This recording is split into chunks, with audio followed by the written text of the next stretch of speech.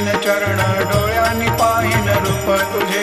प्रेमे अलंगिन आनंदे पूजिन भावे वाणिन म्हणे नामा